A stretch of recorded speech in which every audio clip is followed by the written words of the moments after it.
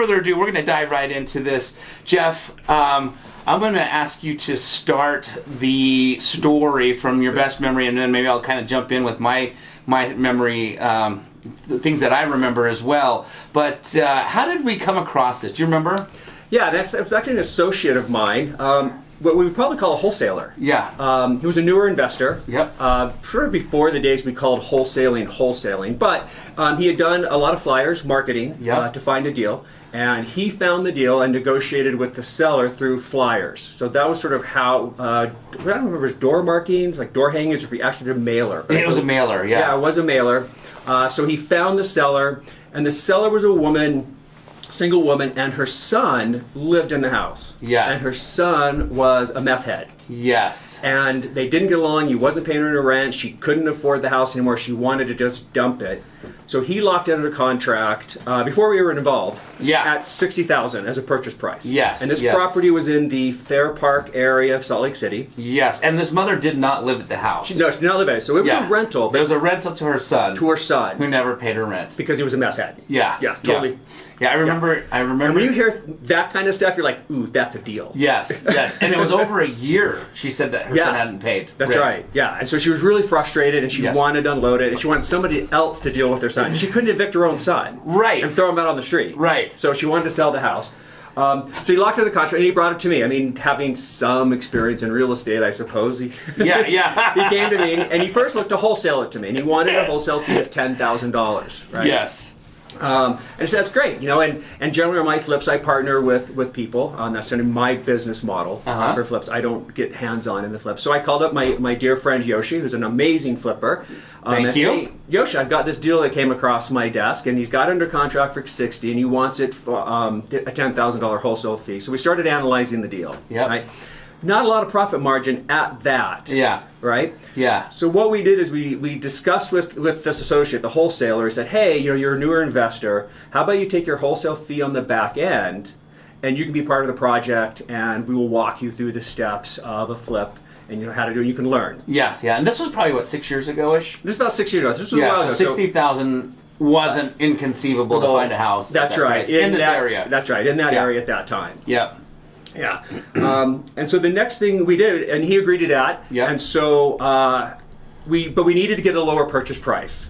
Yes, because we needed to test for something. Yes. Well, we needed to make the numbers work a little bit better. We wanted more profits. We needed a lower purchase price. So do you remember how we got a lower purchase price on this? I remember he did a test, but the story of how he did the test was new to me until yesterday.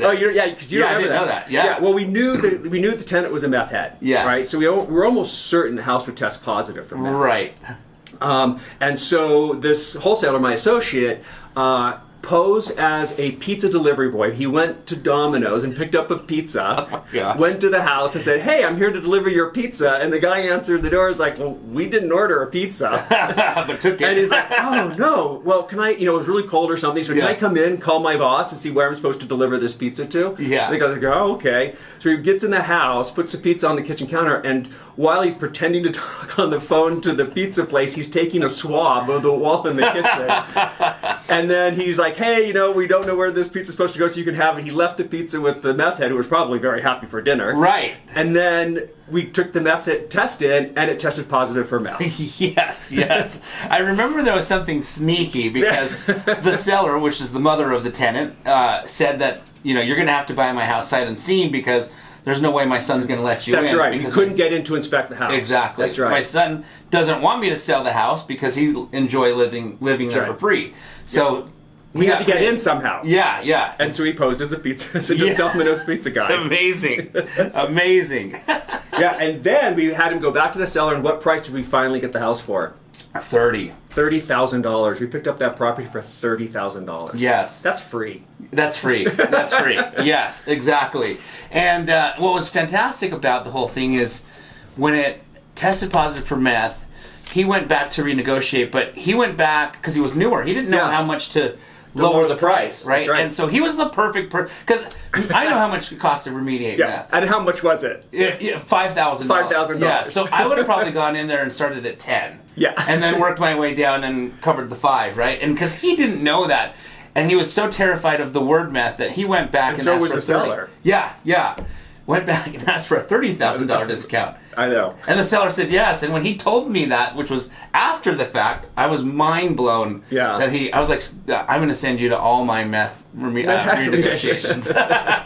Yeah. And at the end of the day, the seller was in dire straits. And I don't want to say like we took advantage of anybody. Sure. She could not afford the house. She was not making the payments. Yep. She could have lost it. Oh, yeah. She did not want to evict her son because that would make her feel bad to actually evict her own child and throw her child on the street. But at the same time, he was a meth head and ruining her life. And she needed a solution. And we came in and provided a solution in a way that created a profit margin that made the deal doable. Absolutely. And in fact, she was actually losing a lot of money because her son had such a mess in the yard that the city was finding them an astronomical amount every single month. And if I remember correctly, that amount, I think we might have had to negotiate that too, because that amount was actually almost higher than what she owed on the house. So between her son not paying, and when we say son, just to paint the picture, he was in his 40s. Okay, so like someone's listening and a mom, like a 21-year-old. That was not the case. This guy, and he had a wife, and between the two of them, they decided they weren't going to pay the mom rent, and so you had two 40-year-olds who were very capable of adults, very capable of working, and so this lady, I remember, she was telling your associate that it was really funny that your associate told me, she told me that if I could put that son back where he came from, I would. He'd been such a headache of a child in the last 20, 30 years. So she was very happy. Very happy, yes. And it was amazing that, what I loved about that story is this was his first transaction, but he just took action. Right? So this particular wholesaler, very first transaction, heard that you should send mailers. So he did. He just did it. Yes. Got a couple phone calls. Some didn't pan out. This one did. And he went to the house. He talked to the seller. Establishing a relationship with her. Exactly. And then, didn't even know what he was doing in negotiation, which in this case turned out to be a good thing. He ended up getting significantly less than I would have gotten it for. And it was very a profitable one, and especially back then when wholesale fees were probably on an average $3,000 to $5,000. He was making 10, and he got to he wanted to learn the process of flipping. Be part of a deal. Exactly, got to be part of the deal, not just get paid off and then off he goes. He got to come see the project. We shared with him how what we did and the reasons why we did it, and then the steps that we did it, where how we did it, all that stuff. So he learned a lot. It's a fantastic deal for a new investor to partner or be part of a deal with a more experienced investor. It's worth taking a little bit less and learning, because that learning is more valuable than the extra $1,000 you might make. Exactly. And in this case, he didn't necessarily take less. What he just did is he waited for the back end. So we could have given him 10 up front, but then he decided to wait. In trade, we would pay him when we got paid, but then he got to learn the process. So if you're out there and you're kind of a newer investor and you find a good opportunity, this might be a good way for you to actually have a flipper educate you through the whole process by saying, hey, listen, this is my wholesale fee, but if you pay me on the back end, I'd be willing to wait. In return, you teach me... For learning. Exactly, for learning through this project. Hi, welcome to my channel. I'm Yoshi Strachey, the host of the real estate show, Utah Home Sweet Home, which airs every Saturday morning from 9 to 10 a.m. on K-Top Radio 1640 a.m. I'm also the host of the show, $1 Million Home Sweet Home, where we tour $1 million homes right here in this beautiful state of Utah. I'm also a real estate agent, a real estate investor. I fix and flip houses, and I'm also a national public speaker. And on this channel, we're going to talk everything real estate as well as everything Utah, because this beautiful state has a lot to offer. And if you're looking to get to know more about real estate and real estate investing, or just purchasing your very first owner-occupied home, you've come to the right place.